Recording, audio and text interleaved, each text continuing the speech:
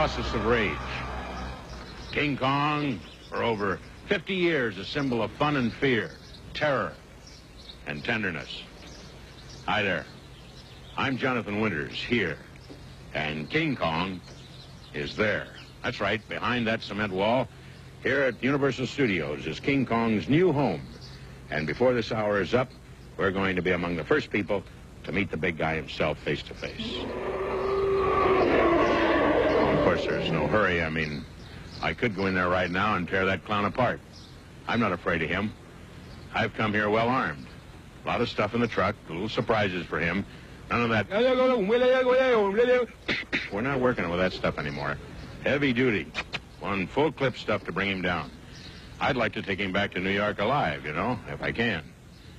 Get that, King? Listen to him in there. He hears me. It's one thing he understands. Me, J.W. And now, King Kong, the living legend, coming to a TV near you. The mightiest monarch of melodrama meets the merry magician of mouth. King Kong, Jonathan Winters. It's confounding, the confrontation of the hour. Stay tuned for actual scenes from the show itself. I just wonder how many of you remember that classic, that first time that King Kong was filmed, way back in 1933. I thought so. Well, I'm going to put my tongue over here on the right side of my cheek and kind of work it around and probably bite it and tell you the story of the King's life. A short chronography. One of Hollywood's biggest and best-loved motion pictures. The public wants a girl, and this time I'm going to give them what they want. It starts when this guy, Carl, can't get a woman to star in his new movie. But you've got a reputation for recklessness that can't be glossed over. We don't know if Carl's a good guy or a bad guy, but he's willing to go to any lengths to find her. I'm going out and get a girl for my picture, even if I have to marry one. Carl meets a lady named Ann, who's beautiful, but a little weak in the knees. Hey! Taxi! To close the deal, Carl uses the old Hollywood line. Trust me and keep your chin up.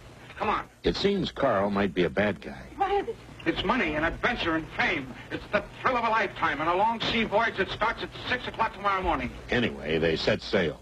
Carl and Ann work on her part, which seems to involve a lot of... While this cruise doesn't have the luxury of the Love Boat... Hey, Charlie, how many potatoes do you think you've peeled in 6 weeks? Too many. Ann meets Jack, and Jack falls in love with Ann. We don't know if Jack's a good guy or a bad guy, but we suspect that their destination, Skull Island, isn't exactly paradise. The island's inhabitants seem to be in a party mood. And like any tourist, Carl snapped off a few pictures.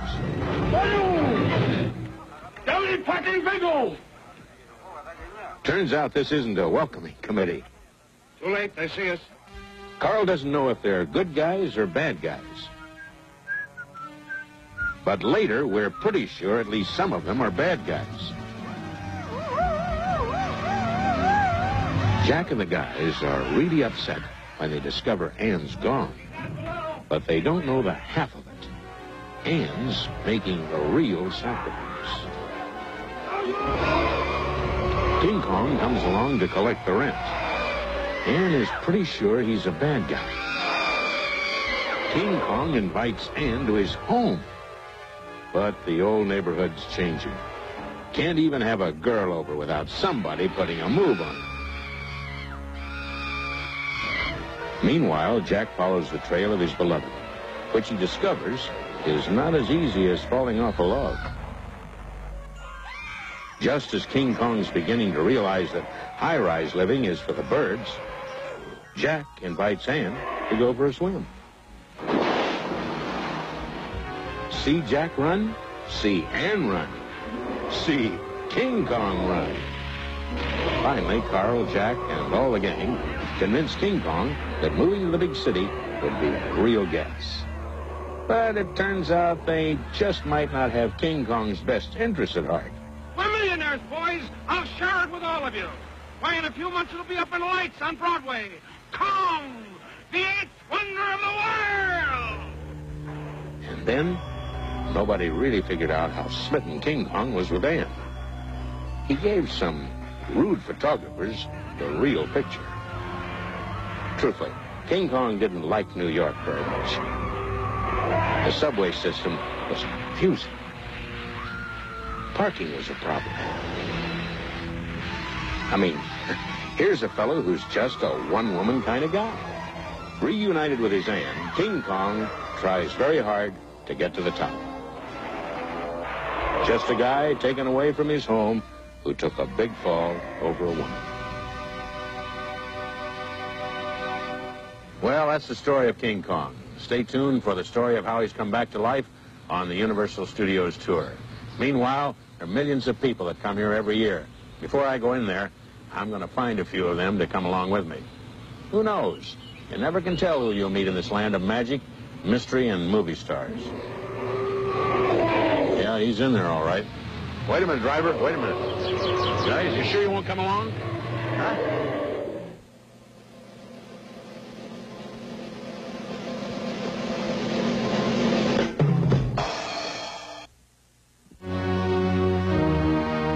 You know, right now, at this very moment, we're at Universal Studios in California on the make-believe set of the streets of New York.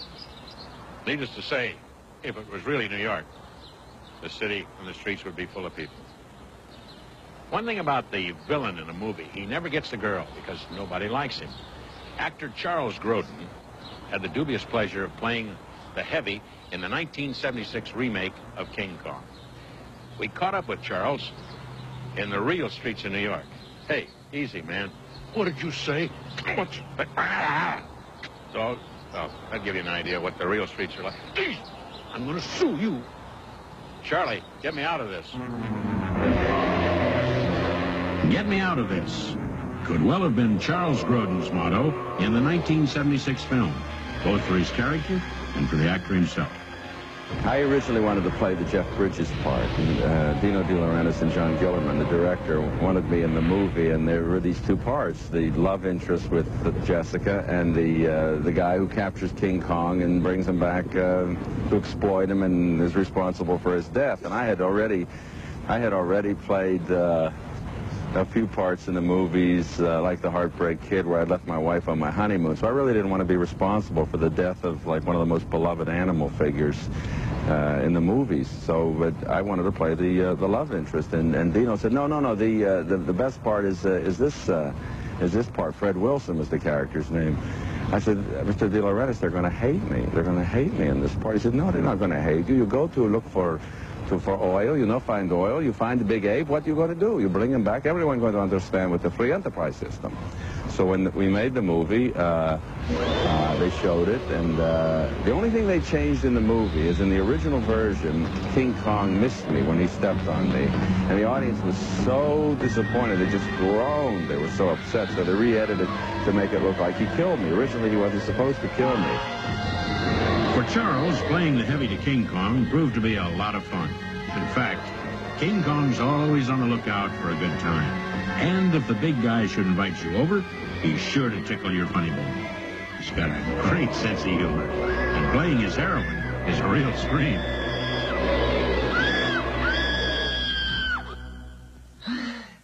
If King Kong's got you in his hand, you scream. It may not help, but it can't hurt. Hi, I'm Jenny Lee Harrison, and there's another side to the story of King Kong, a love story. It's been told and retold for generations. The tale of Beauty and the Beast. The basic plot of the fable is an innocent beauty is captured by a horrible and hideous beast. She's his prisoner, which is not the way to start a relationship. But slowly, the beast begins to change, as the true good in the beauty begins to discover and nourish the good in him. Now, in some variations, the beast sets his beauty free, and one day, of her own will, she returns. In our story, she escapes. But having now been touched by that mysterious power we call love, the beast wants more than anything to have his beauty back. And King Kong himself, captured, mocked, and abused in New York, tries to break free, retake his beauty, and escape. He pays the ultimate price for his desire.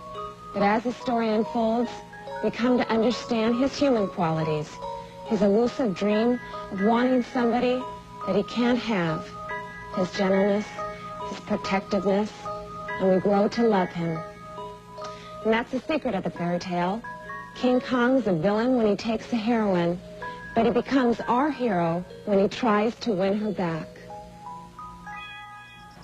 I'm here in Back to the Future Square, all set to go to the movies. And we're going to go back in time to the people and places in the year 1933. Our guide is film historian Ron Haber. He loves the movies, and he may just know more about King Kong than anybody. This is Laird Studios, the birthplace of King Kong as it looked in 1933. Visible in the background is the wall that was part of the Skull Island set. We caught up with Ron Haber at the prop department of Laird Studios today. Ron is the biographer of Marion Cooper, who was the creator and producer of King Kong. Cooper had always wanted to be an explorer ever since he'd read a book called Explorations and Adventures in Equatorial Africa. And his grandfather, or his uncle, I can't remember, somebody had given it to him when he was very young, about 6 years old. And it was all about what was called the Dark Continent. And he got fascinated with the Dark Continent, with Africa. And he said that he saw a picture in the book of a giant ape carrying off a native woman into the jungle. And he heard that there were tribes of giant apes that did this. But King Kong was one of those things that germinated over a long period of time, stemmed from that reading of that book. By the 1930s, Cooper was known as an adventurer who made films in faraway places. Cooper actually stumbled across the look and mood he wanted for King Kong when he visited the set of a film starring Dolores Del Rio. Marion Cooper had come out here to watch nighttime filming of this big bacchanal scene where the sailors all go crazy with the native women. And Cooper was, as he said, I was walking through the back lot and I heard this music and I came across the set and I needed a sequence that really introduced Kong as something larger than life, made him a god. And I looked and I thought to myself, now wouldn't that be something if we could use all of this big ceremonial and instead of having Dolores Del Rio run off with Joel McCrea, out walks Kong and he grabs the girl. He says, that was the beginning. He said, but I wouldn't have had a thought about it if I hadn't seen that set left over from The King of Kings. Cooper was faced with the problem of how to create a larger-than-life monster. David O. Selznick suggested he visit the set of Creation, a film using the new process of stop-motion animation developed by special effects wizard Willis O'Brien. Now Cooper had a way to make his monster work. He needed an actress to make his film work. He interviewed a very reluctant Fay Wray. Fay said to me, Fay Wray said, well, he got me over to his office and he told me I was going to have the tallest, darkest leading man in Hollywood. And I thought, Clark Gable or perhaps Gary Cooper. And then he brings out these sketches with this big ape. And I really was very put out. I didn't want any part of this. But, you know, Cooper was very enthusiastic and he had such an infectious enthusiasm and he had it all worked out that I just finally decided, well, why not? With Fay Wray now committed to her most unforgettable screen role, Cooper forged ahead, his determination making his boyhood dream come true. He's just this big, dumb beast that falls in love with this girl, and he wasn't even real, but there was something the way he looked at her that made him real. And I've always thought that that's one of the prime achievements in the movies, is that they took this 18-inch toy gorilla and turned it into one of the mythic figures of 20th century civilization.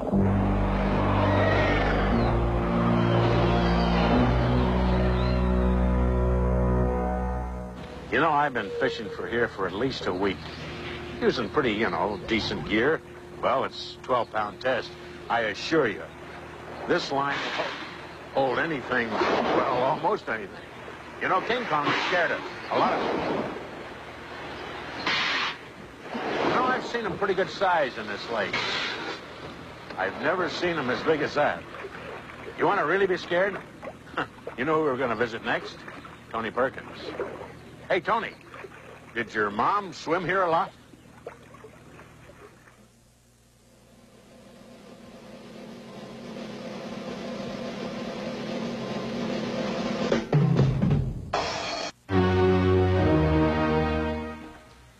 Bates Motel. Remember? Psycho. You know, relax, take a shower. These guys like Norman Bates and King Kong, they're making a living out of scaring people. This guy Bates is also known as Tony Perkins. Let's ask him how these guys keep coming back to scare us. As both star and director of Psycho 3, Tony Perkins once again prowls the Bates Motel, searching for that magic formula of terror that will scare an audience. I don't really think you can have a philosophy about how to scare people. I think if you try to do it by the book, if you try to do it by the numbers and by the even the way the sketches are laid out to make the movie, you invariably fall into familiar patterns. And what, of course, scares you is not the familiar things in life, but the unfamiliar things. I've been up here at night sometimes, wandering around with my script and my clipboard with a flashlight and no other light around. And that's about as scary as you can get. I tried to put some of those feelings that I had wandering around the Bates Motel and wandering around the Psycho house into my feeling when I was directing the movie. We asked Tony if he felt there were any similarities between the realistic drama of a Norman Bates and the imaginary exploits of King Kong. I actually think the association between Norman Bates and King Kong isn't that far off, although you would think that they would be very, very different in people's minds, because people have an affection for King Kong, and they believe that he just fell into a tough situation, really. If he'd been left alone, he would have been okay. He actually loved that girl. I think if he'd been able to hold on to that girl and not been worried by other people trying to rescue her, everything would have worked out all right. Norman Bates also has a certain sympathy about him. I mean, we understand that this guy is just overwhelmed by circumstances, the same way that King Kong was. For 22 years, you were locked away someplace. In Psycho 3, one of the overwhelming circumstances Norman is still dealing with is an often fatal attraction to blonde women. Just like King Kong, they both seem to always find themselves on the outside looking in. And while King Kong and Norman Bates both have hard luck stories, those stories have made them very successful at the box office. King Kong was the third biggest movie for all of the 1930s, behind Gone with the Wind and Snow White. And in 1956, King Kong was the first movie shown on television, playing twice a day for a week. And today, the King is bigger than ever and very much alive for movie buffs like Forrest Ackerman. Affectionately known as the father of sci-fi, Forrest has collected an incredible array of movie memorabilia. It is a fitting testimony to the power and mystique of the great ape that the original posters, artifacts, and models occupy a very privileged place, not only in Forrest's collection, but also in the attentions and interests of people who visit his personal tribute to the movies and their art. King Kong is a great attraction in Grizzly Land here in the basement. I have many of the actual models, the Pteranodon that was trying to fly away with Fay Ray, and everybody gravitates almost immediately toward the King Kong display. There's so few posters and material available from Kong that it's a highly collectible item. Today, posters like these sell for up to $10,000, which is a good way to measure the ultimate success of King Kong. But imagine the tremendous unknowns for RKO Studios over 50 years ago, when all the new technologies being experimented with included the recent arrival of talkies in motion pictures. In 1933, for the first time, they put their imagination to work, and we heard a Tyrannosaurus Rex and King Kong and a Stegosaurus and so on. The sound had been added, and that added greatly to the thrill of it all. And powers that be at RKO Studios didn't know exactly what they were in for until I began to see some footage on it. Then they were extremely enthusiastic, and they rushed a sequel into production. They kept it very much under wraps. It was referred to in the press as Jamboree, which was just a totally phony title. It gave no hint whatsoever that Son of Kong was on the way. And while this son of King Kong showed the same inclination as the old man to beat up on monsters, neither this film nor any other spin-offs have had anywhere near the impact or success of the original. And you know, it's often true in the movies that the sequel doesn't work as well as the original. And usually, there are very good reasons. For example, in the classic 1933 King Kong, the gorilla was played as an anti-hero, kind of a big, misunderstood guy who we were afraid of, but who we also felt was wronged.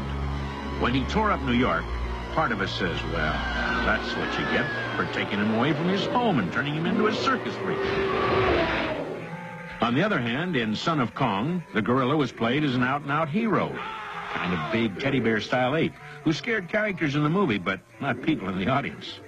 There's also a very special relationship that only King Kong has with the heroine. He alone fights off everybody, man and beast, to keep possession of his woman. In the extreme, near the end of the picture, when the photographer's flashbulbs go off, King Kong thinks they're actually harming her, and that's why he breaks free. When he makes a run for it, we hope against hope that he'll somehow get away. We admire his courage as he fights against the only real enemy the great ape has, man. With nowhere to go, he makes a final stand. And many an audience member has shed a tear as King Kong struggles, but loses his last fight.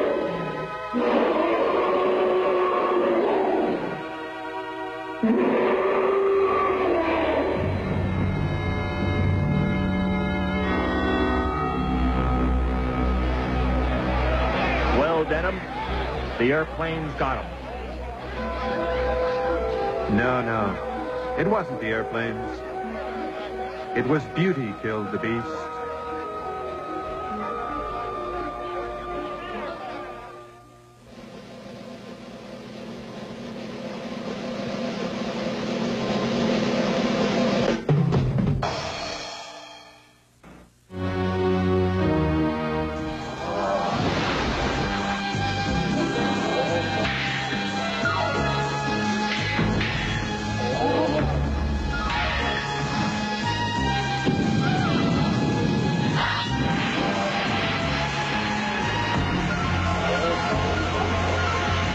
This is Conan's stage here at Universal, where audiences see the latest in laser and computer-generated special effects.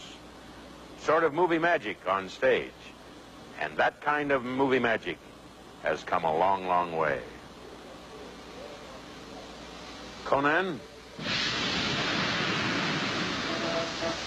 This scene from the 1906 space epic, A Trip to the Moon, began a never-ending quest to film the outer limits of the human imagination. This movie voyage has witnessed the daring exploits of Flash Gordon as he blazed his way across the screen of Saturday matinees. And perhaps it's true that pioneers were literally climbing the walls when they designed rooms that rotated in unison with the camera. Look, Ma, no hands. The technology of this new art form, called the movies, was accelerating at a tremendous rate. In 1925, the movie Lost World introduced the process of stop-motion animation. This fight between monster models was created by Willis O'Brien, who applied the technique to his masterpiece, King Kong. This guy's called a stop-action model, and this is how special effects genius Willis O'Brien made King Kong and the other monsters come alive. Now, you move this guy's head.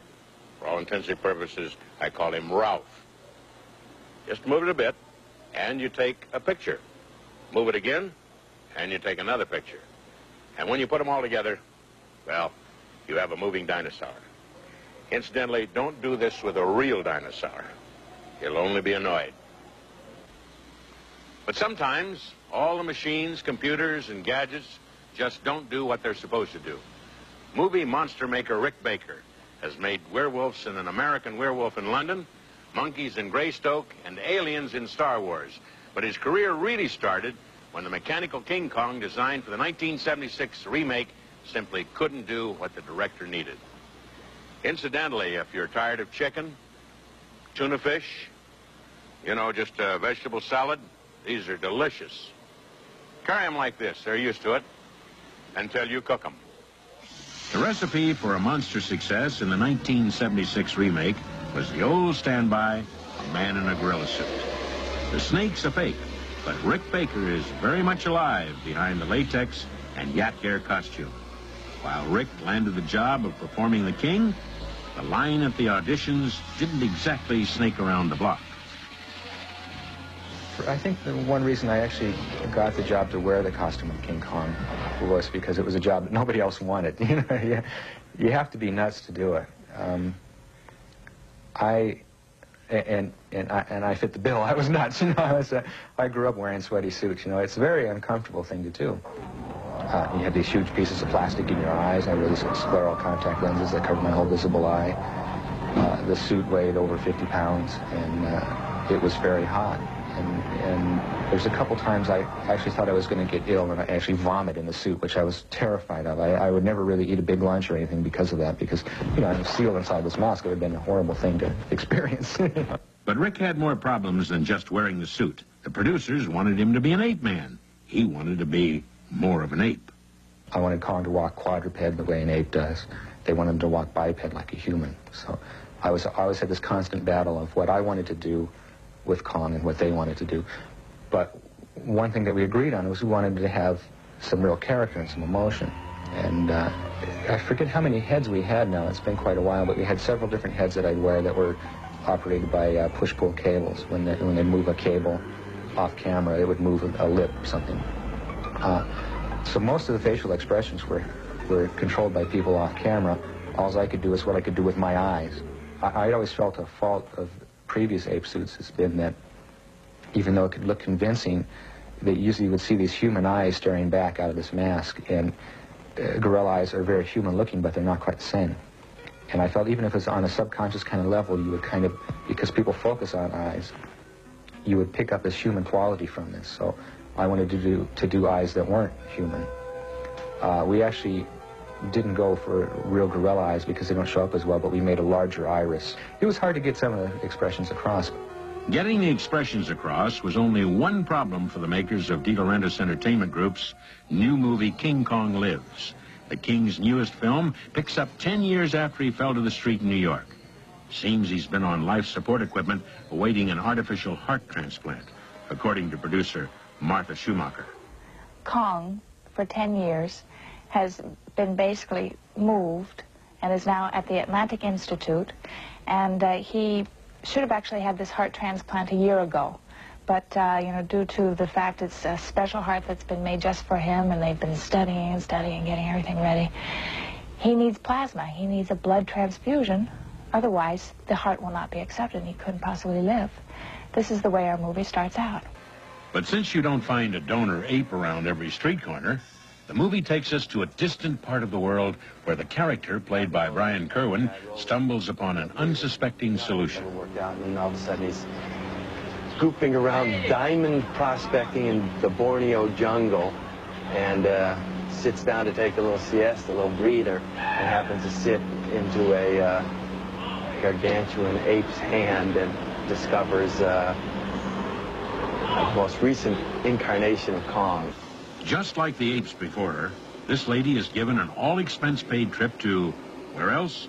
New York City. Her arrival creates quite a stir at the airport. But perhaps having learned a lesson from other Kongs that the big ape and the big apple don't get along, the lady takes a step in the right direction by catching a commuter flight to the Atlantic Institute, where the operation to save the big guy can now begin. We won't tell you any more of the story, but we think King Kong makes out pretty well. The responsibility for making sure the star shines in his latest role belongs to Italian special effects designer Carlo Rimbaldi. The movie is a creation. You must create gorilla, but with very strong personality. Gorilla actor. 1, 2, 3. Judging from the reaction of Brian Kerwin, Carlo has indeed succeeded. This is such a lifelike hand. It turns, it twists, the wrist go. He can get it to slowly just grab like that, and the one time the first time the hand catches me, it's great. Pins me up against the wall and just grabs me and sitting there going, jeez. And it's, I don't know, there's something neat about it. I guess maybe it's just because it's something that you're never going to experience in real life. For co-star Linda Hamilton, being involved with King Kong has been the experience of a movie lifetime. Just any time I'm near it, I'm just stunned and amazed. It's enormous. I mean, there's really nothing to say. I'm just like any member of the public out there that just goes, wow. So King Kong lives. He and Mrs. Kong will be wrecking a few tanks and generally causing a scene. For Martha Schumacher, bringing the king to life is a labor of love. King Kong, in everybody's hearts, has not died at all.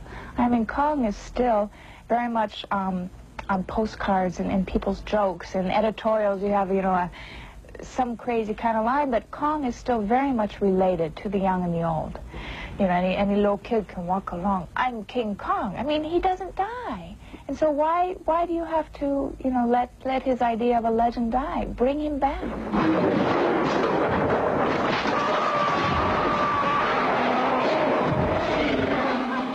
We're at one of the many stages here at Universal, and I'm talking today with Nick.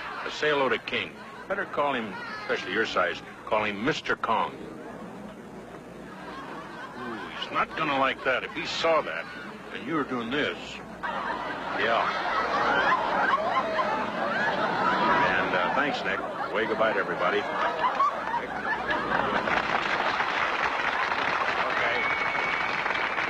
We're, I don't know whether you know this or not, but Kong loves to hear people scream. That's one of his kicks. Bananas are way down on the list. Throwing jeeps in the air, that kind of stuff, you know, reaching his paw in through the Better Hotel building. He loves screams. So we'll talk to somebody right here. Sir, I know you've got some heavy equipment there. Would you stand up? And good-looking, attractive man. Where are you from, sir? El Paso, Texas. El Paso, Texas. Cowboy, I'd like to scout you. I'm kidding. Listen, how about a good scream for Kong? Ah! Boy, hey. Just give us a good scream. You give us a good scream, will you? Kind of rattle his cage today. All right? We're counting on you.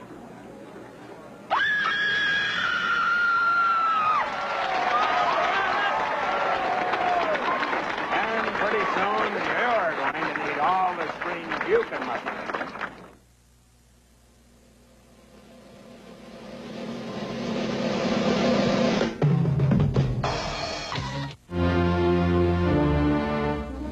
Woody and Frankie, the guy in the heavy shoes, are some of the characters you'll meet on the Universal lot.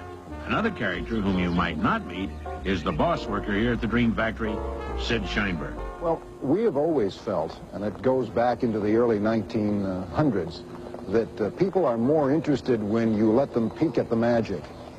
And I think we have prided ourselves way back there, since way back there when, in having the doors of the studio open. The original idea for the Universal Studios tour goes back to 1915. That's when Carl Laemmle founded the studio on a 230-acre chicken ranch in the San Fernando Valley. Carl charged visitors a quarter to come and watch the pioneers of the film industry make their movies. For their quarter, the visitors got a box lunch and a seat in the bleachers. They were also encouraged to toss in their 2 cents worth by cheering the heroes and booing the villains. The films were silent, but the crowds weren't. We certainly do have stars on the lot, but I think we're particularly proud that starting now, we're going to have the biggest star of all time right here at Universal. I think there's a combination of various primal kind of feelings that King Kong projects. Hopefully, all we're doing is making him available to today's generation to see and to interact with. Getting King Kong to be available is a big job, and it all starts with a plan. And in the beginning, there's the sketch. These first renderings will soon be transformed into the visual language of computers. The design is complex, so many different functions that must work together in perfect harmony, according to structural engineer Bob Gurr. The computer will generate drawings such as you see here, which we've added some color to in order to show the various parts. But after we do this, or sort of in parallel with it, we will build a model in a 1/12 scale, which will be articulated and show all of the motions that the figure will have ultimately when it is finished. The reason for that, this confirms the design that we've done in the computer so that in real dimensions we know exactly what it's going to do. Conceptual designer Tom Reisenbach was faced with the problem of bringing a 2-dimensional movie screen image to life. We're really using another completely different medium to portray the story. Our medium being in 3 dimensions, and being that the guest will be riding in a tram, which is 125 feet long and there's 300 guests in there, that really gives you 300 cameras. You have 300 people are going to look at this and they're going to see different things at different angles. So our main challenge was to make this character look very, very good from all angles. Looking at the motion picture doesn't really give us the kind of historical data that we needed. So we spent a lot of time at the zoo. And we wanted to be able to show fear and curiosity and anger and fright even. And that was very important. And by looking at the gorillas at the zoo and watching how they would roll their lip or how they would, facial expression, how they would react to each other, it was really very helpful. The design team stared at a formidable challenge. Using the process of animatronics, the melding of animation techniques, and the latest electronic engineering, the problem was this: creating the technology that would permit this giant machinery to operate every 2.5 minutes, up to 12 hours a day, 7 days a week, for years to come. 20 different subcontractors had to confront their own unique set of problems. For example, pyrotechnic experts had to work hand-in-hand with safety officials. The aim was to create as realistic an illusion as possible without putting anyone in real danger. The idea is we'd like them to feel the heat. I mean, we'd really like them to feel the heat because that's what it's all about. If you can feel it. Now, obviously, we don't want any, any safety problem. But we'd like them to feel it as well as see it. If you don't feel it, needs to be that impact, and the impact too. That when it hits, that thud, and you feel it against you. Well, you can have some. Before the full-size exhibit can be made, the entire project must be built in an exact scale model. It's here that problems which might not have been apparent in the blueprint stage can be solved. That's the responsibility of Academy Award-winning production designer Henry Bumstead. It's his special responsibility to recreate reality by paying attention to every detail. I had this art director friend of mine in New York take pictures for me of the Manhattan skyline from the Brooklyn Bridge, so that when the people come around that corner, if they're from New York, they won't be able to say, well, gee, I never saw that building there or this or that, So we try and keep it authentic, but still make it right for the show. And the final phase is the actual construction of the dream. The work goes on at a furious pace. Everyone knows that the king himself has planned a grand entrance. He's coming by helicopter, and there'll be trouble if his new house isn't finished. For the producer of the King Kong exhibit, Peter Alexander, the months of hard work are worth it. This is Universal Studio Tour's biggest exhibit ever, both in terms of cost and in terms of size. The building itself is the largest soundstage in Hollywood. It's 160 feet by 160 feet. I mean, that's half of a football field, plus it's 50 feet high. It's just a huge area, and that's all filled up with this show. So when you drive in there, I mean, it's just like a whole part of New York City's been created.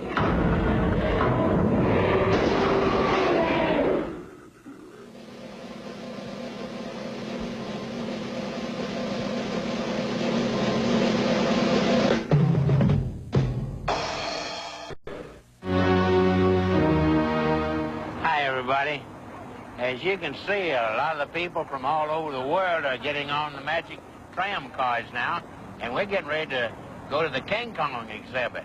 Have you ever heard that expression, Uncle Sam needs you? Well, he not only needs you, King Kong needs you. He wants to see y'all. He loves you. I mean that. He loves you.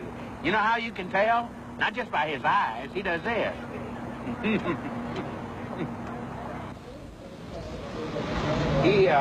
He feeds just about this time of day, so everybody do this.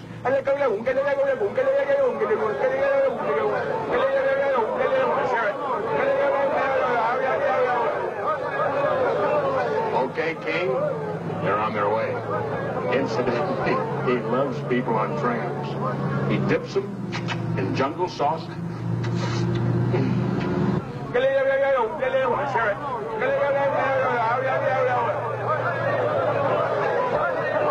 Put the cheeseburger down. He sees it, he might go for it.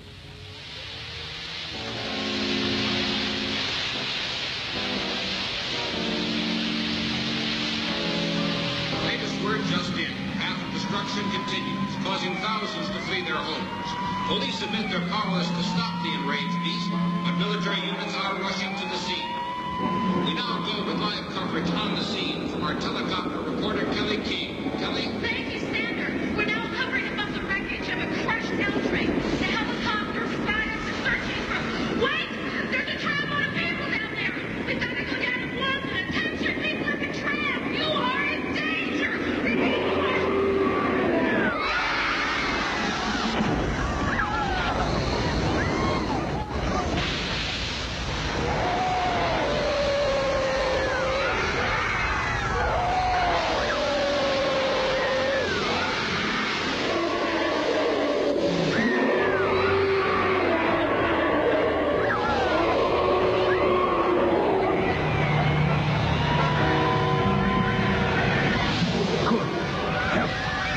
Look at the size of it. This is incredible.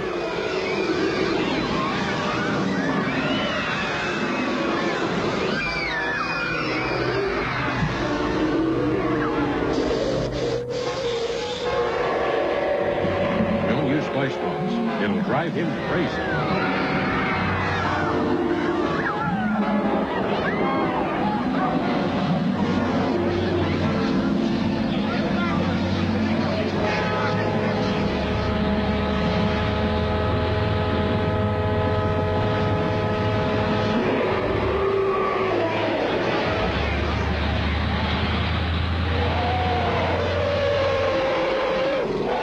Folks, I can't begin to tell you what a thrill it is for me. I don't know about you to have been out of there, and we're alive. Let's hear it, right? Yeah! I don't know, you know, you gotta hand it to Kong because he's got a heck of a sense of humor, and he probably just didn't want to eat the tram today. So consider yourself lucky, you know what I mean? Incidentally, folks, just talk among yourselves because I've got a little unfinished business with Kong, okay?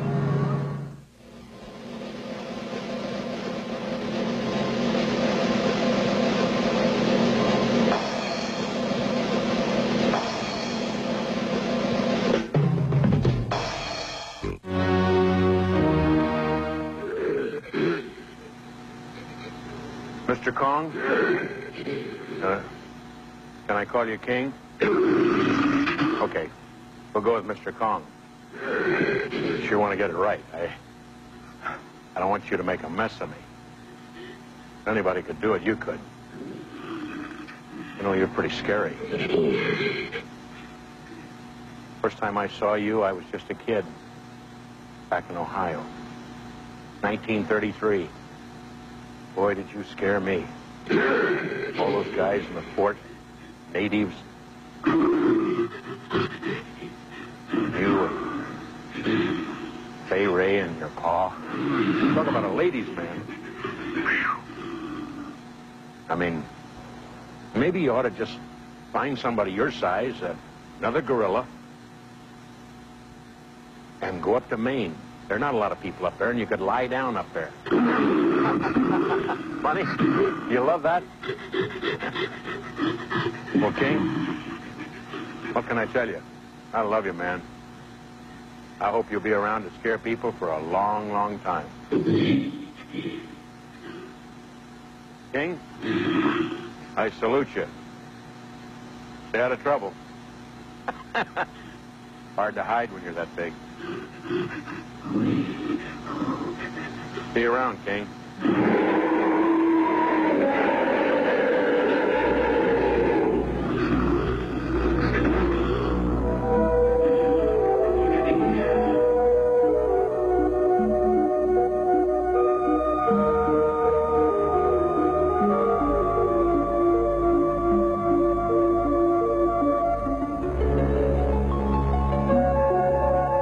This fall, it's a double helping of humor, starting with 12-year-old Ricky Stratton, who meets his dad and his dollars all for the first time Monday night at 5:30 on the premiere of Silver Spoons. Followed by a dinner date that's served with a French fling. Terry wants a promotion, but her boss wants her. On Three's Company at 6, Star Trek is next.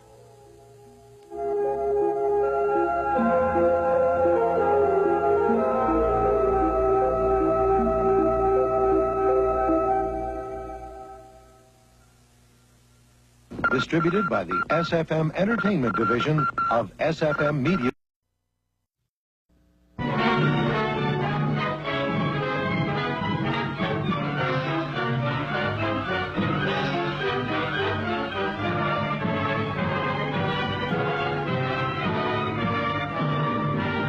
We're millionaires, boys. I'll share it with all of you.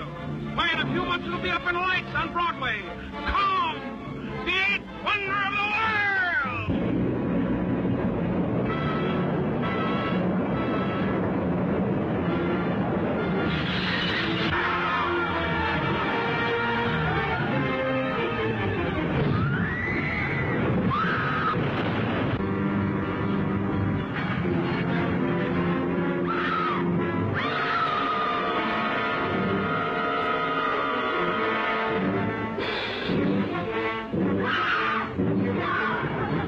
Wild, weird, wonderful.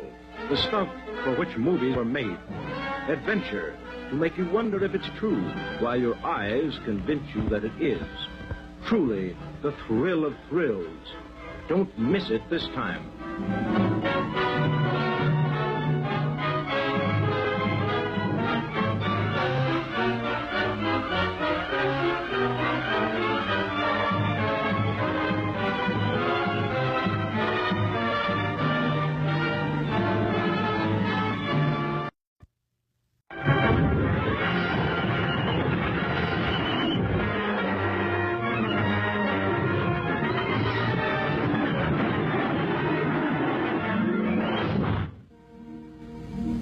I'm just another trouble. You told me not to come on with you. Good night, kid. Ah, that's what everybody thinks who's never been there.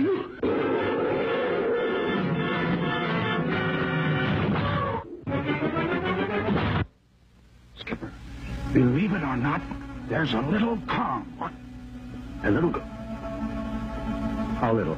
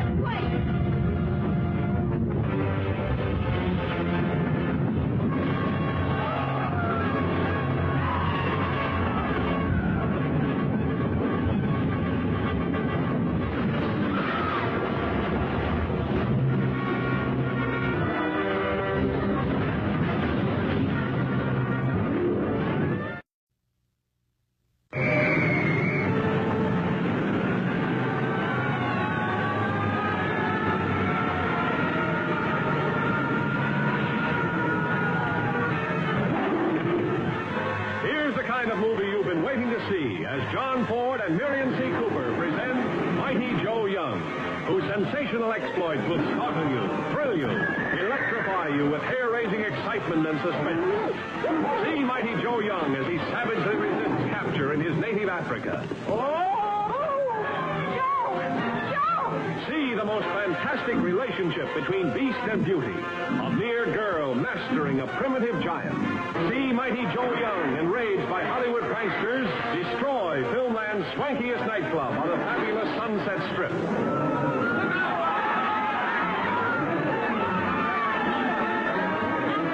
Mighty Joe Young, the picture that's alive with the most sensational action thrills ever filmed. Mightier than King Kong. Mighty Joe Young.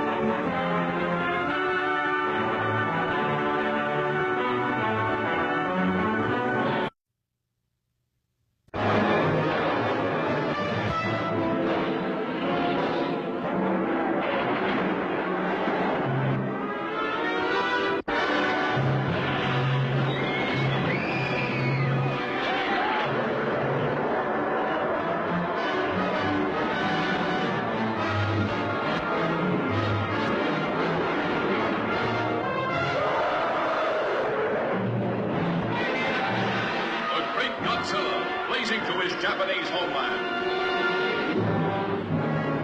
Captain, water in the conning tower.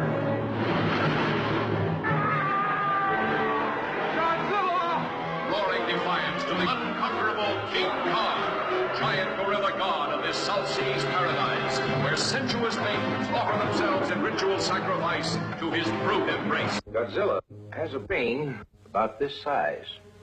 He is sheer brute force, while Kong is a thinking animal. His brain is considerably larger, about 10 times the size of this gorilla's skull. Being instinctive rivals, there is no doubt that they will attempt to destroy one another. King Kong versus Godzilla, heading for their colossal collision, shattering every obstacle that stands between them in the most fantastic rampage of annihilation ever recorded on film. See King Kong stamp Tokyo into the ground, holding a beautiful girl in his grasp. See Godzilla destroy an entire army. See King Kong trapped by the blazing barrier of 1 billion volts. But nothing, nobody can stop the great showdown when King Kong and Godzilla meet to fight for survival of the fittest.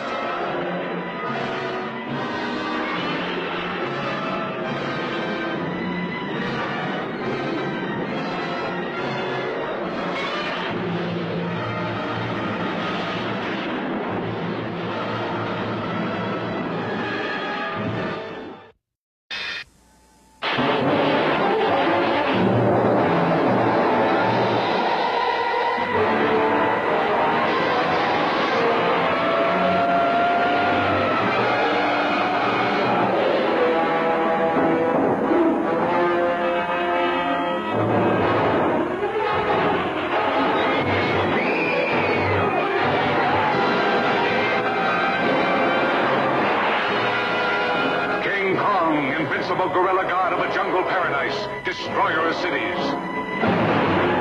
Godzilla, indestructible behemoth from prehistoric time, released from an icy tomb to pulverize a panic-stricken world. Now, for the first time, in one awe-inspiring motion picture, they meet the mightiest monsters of the ages, King Kong, Godzilla, locked in the most titanic battle of all time.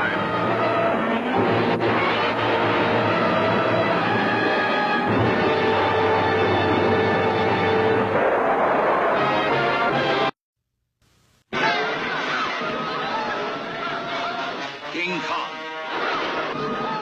Mammoth, Behemoth, Goliath,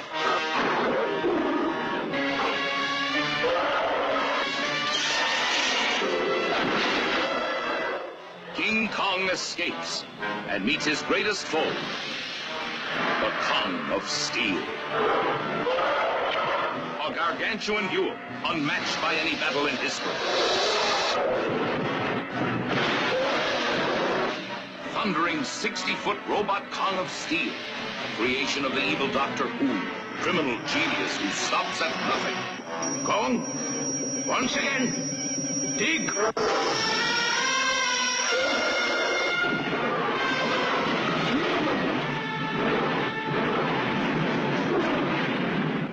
King Kong shakes the earth.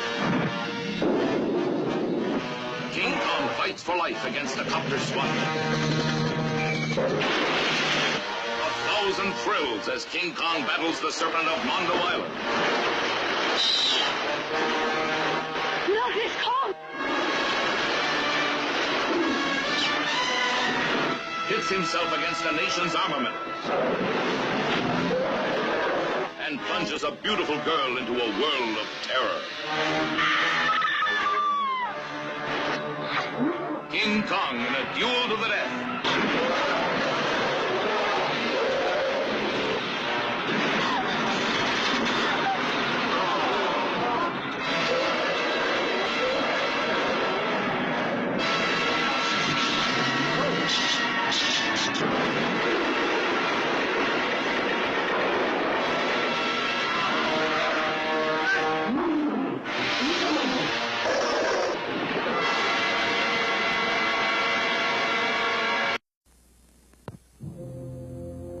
is 1976. The American merchant vessel Petrox Explorer has just set sail from the port of Surabaya in search of oil. What they find will shock the world. We may be sailing into the history books. They will catch a stowaway. And landing on the beach of the Skull, where he heard the roar of the greatest beast. They will rescue a beautiful castaway. She's alive!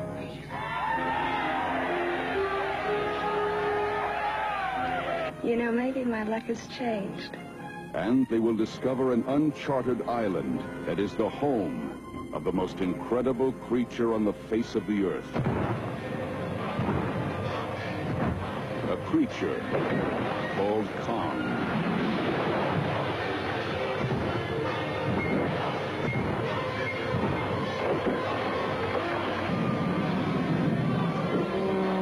Dino De Laurentiis and Paramount Pictures present the most exciting original motion picture event of all time.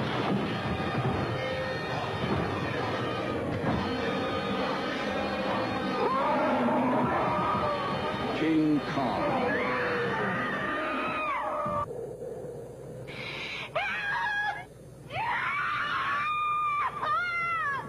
King Kong, a fantastic adventure. Over the gate!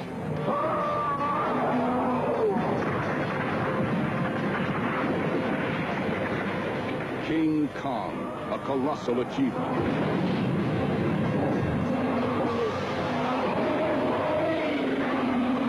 King Kong, a motion picture filled with sights and sounds unlike anything you've ever experienced before.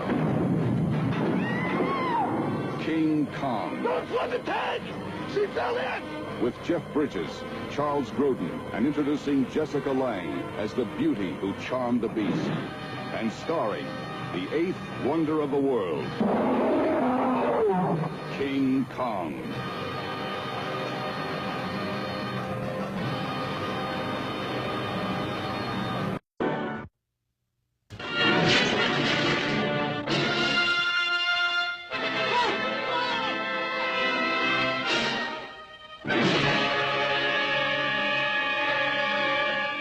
I am your master. I have transformed you into a giant of great strength, and you must obey me. This innocent-looking greenhouse is the secret workshop of Dr. Decker. These unusual foliages are insectivorous and carnivorous, man-devouring plants, and contain a rare chemical of growth of as yet unknown powers. Konga, towering, terrorizing threat to civilization. Konga, ever-growing man-made beast of immeasurable strength. Let me go! Please let me go!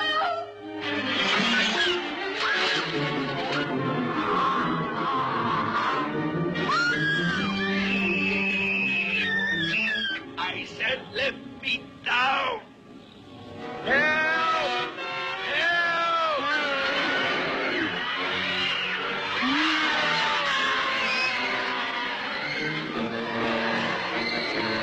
Fantastic. There's a huge monster gorilla that's constantly growing to outlandish proportions, loose in the streets.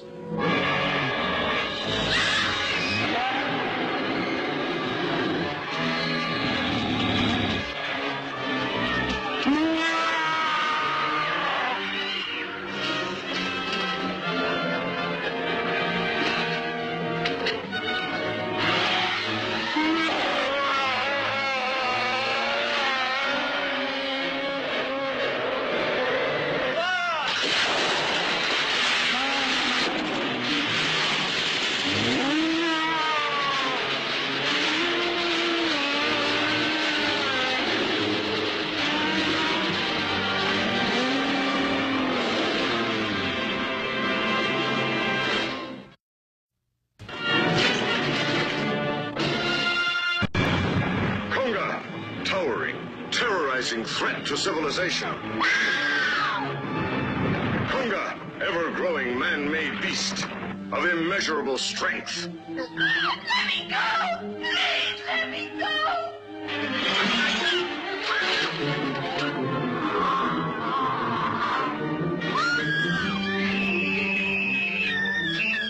I said let me down! Help!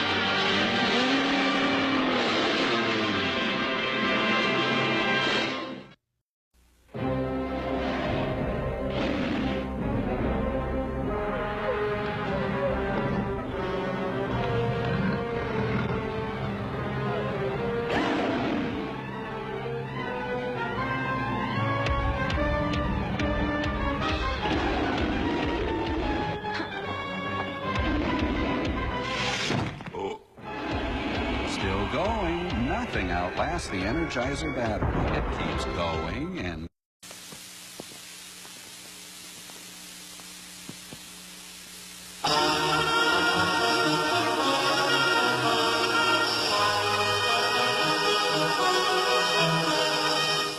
Mr. and Mrs. Consumer, do you ever feel that things are out of control? That nothing is going right? That you don't have the upper hand? Well, help is on the way. A new edition of the Guide to Federal Consumer Services. The address for a free copy is Guide, Pueblo, Colorado, 81009.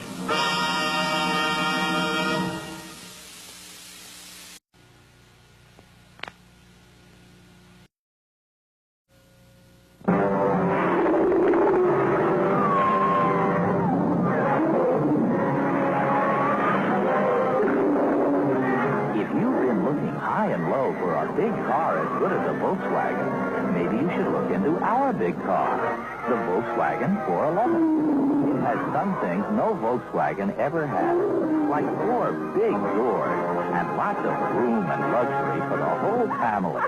It has some advanced things most cars don't have, like electronic fuel injection, an automatic preheating system, and a big trunk up front.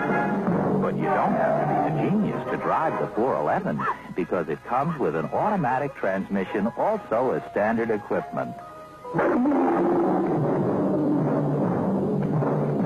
So now, there's a Volkswagen big enough for just about everyone. The Volkswagen 411 4-door sedan.